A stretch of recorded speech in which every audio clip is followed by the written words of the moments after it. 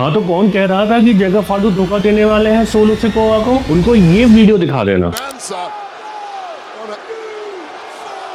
तो royal rumble बस कुछ ही दिन में होने वाला है और अभी तक सिर्फ एक मैच केविन ओवेंस और कोडी रोड्स का ही WWE ने ऑफिशियल किया है। अगर हम कंपेयर करें बाकी पेपर व्यू से तो अब तक तो 2-3 मैच आ ही जाते थे, बट इस बार मुझे नहीं पता कि WWE किस स्ट्रैटेजी के साथ चल रही है, बट उनको मैचेस फाइनलाइज कर लेने चाहिए और फटाफट रिलीज कर देने चाहिए। मेंस रॉयल रंबल के लिए कई सारे सुपरस्टार्स ने अपना ऐलान कर दिया है, जिसमें जॉन सीना है, CM पंक है, रोमन रेंस है और भी आने वाले टाइम में क्या पता कुछ बड़े बड़े सुपरस्टार्स भी अपना नाम आगे करें। बट अभी तक विमेन्स डिवीजन से कोई भी सुपरस्टार सामने नहीं आया है जिसने बोला है कि मैं एंट्री करने वाली हूँ रॉयल रंबल में। और अभी तक रॉयल रंबल के बिल्डअप के लिए कोडी और केविन का सिर्फ और सिर्फ ब्रॉल दिखाया गया है, वर्ड्स वॉर तो देखने को मिले ही नहीं है। जब तक रिंग में आके सामने बातचीत नहीं होगी तो स्टोरी को बढ़ावा कैसे मिलेगा? मुझे समझ में नहीं आ रहा है WWE क्यों बार बार पिटाई दिखा रही है, क्योंकि जनरली WWE जानी जाती है अपनी स्टोरी लाइन्स के लिए, तो इसमें स्टोरी लाइन का होना बहुत ज्यादा जरूरी है। इनके पास बहुत ज्यादा समय है अभी रॉयल रंबल तक, बट ये ब्रॉल जो है लास्ट के 1-2 वीक में दिखाया जा सकता था, जो कि काफी अच्छा लगता, क्योंकि स्टोरी चल रही होती और हर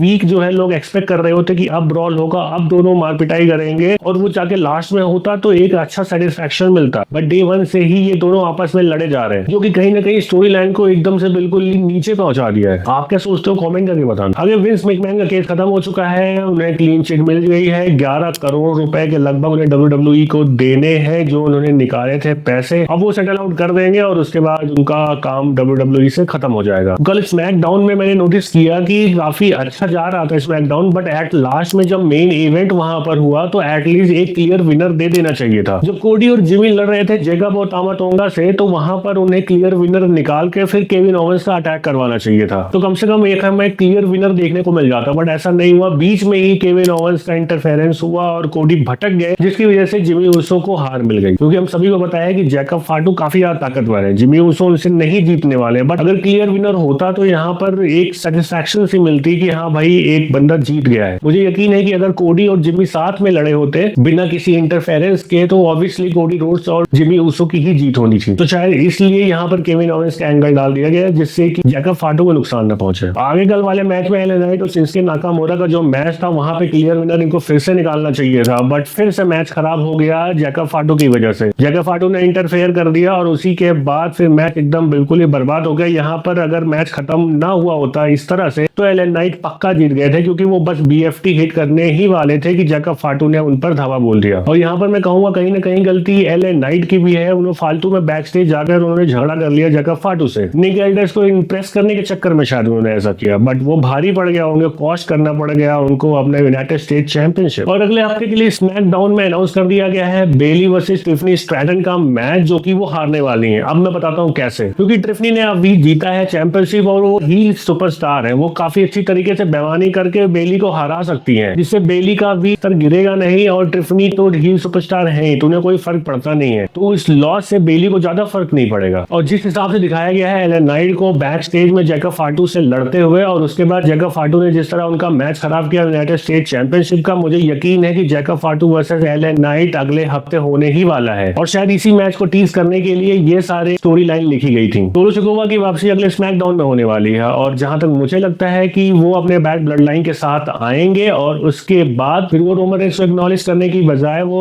अपना उला फाला दोबारा वापस लेने की ट्राई कर सकते हैं और फिर से रोमन रेंस को चैलेंज कर सकते हैं एक मैच के लिए, या फिर गुड ब्लड लाइन पे अटैक करके फिर से रोमन को कॉल आउट किया जा सकता है। साल 2025 शुरू हुआ नहीं कि ट्रिपल एच ने अपनी गलतियां करनी शुरू कर दी है। सबसे पहले मुझे लगता है कि जब टिफनी स्ट्रैटन का जो विमेंस चैंपियनशिप के लिए मैच हुआ था उसको मेन इवेंट में करवाना चाहिए था। अगर वो मैच मेन इवेंट में होता तो उसे काफी ज्यादा लाइमलाइट मिलती। और दूसरी चीज, विमेंस इंटरकॉन्टिनेंटल चैंपियनशिप को आपने रॉ पे क्यों नहीं करवाया? अगर आप उसको नेटफ्लिक्स के रॉ के एपिसोड में करवाते तो 5 लाख लोग उस मैच को देखते और उस चैंपियनशिप की इज्जत बढ़ती। और 2025 की जैसे ही शुरुआत हुई ढेर सारे टाइटल चेंज होने शुरू हो गए। आराम से चेंज करवाना चाहिए था, तो थोड़ा स्लोली करवाते तो थोड़ा अच्छा और लगता। और बिगेस्ट मिस्टेक जो हुई है 2025 की वो है रॉक को बेबी फेस लेकर आना। जब ऑलरेडी वो हील सुपरस्टार के रूप में काम कर रहे थे और उन्होंने चैलेंज भी देकर गए थे कोडी रोड्स को, तो उनको बेबी फेस बनाने की कोई जरूरत ही नहीं थी। वो चुपचाप रॉ में आते और कोडी रोड्स से मार पिटाई करते और उन्हें चैलेंज करते रेसलमेनिया में मैच के लिए। और ये देखना ज्यादा इंटरेस्टिंग रहता रेदर देन कि उन्हें बेबी फेस बना दिया, गले लगा दिया, साथ में बियर पिला दी है, जो कि मुझे देखने में बिल्कुल पसंद नहीं आया। साथ साथ पूरा सोशल मीडिया इस पे गाली दे रहा है। रॉयल रंबल कौन जीतेगा इसकी प्रेडिक्शन आ रही है और सबसे पहले नंबर पर है जॉन सीना का नाम और दूसरे पर है रोमन रेंस का अभी तक नाम। और देखने वाली बात यह होगी कि रोमन रेंस जीते हैं या फिर नहीं। अगर कोडी का मैच रोमन रेंस से करवाना होगा WWE को, वो जिता देगी। अगर रोमन रेंस हार जाते हैं तो फिर समझ लीजिए कि Cody Rhodes versus John Cena का मैच है और जॉन सीना का एलिमिनेट हो जाते हैं तो John Cena versus Logan Paul का मैच 100% है रेसलमेनिया के लिए। आई होप कि वीडियो पसंद आई होगी। मिलूंगा नेक्स्ट वीडियो में, तब तक के लिए टेक केयर एंड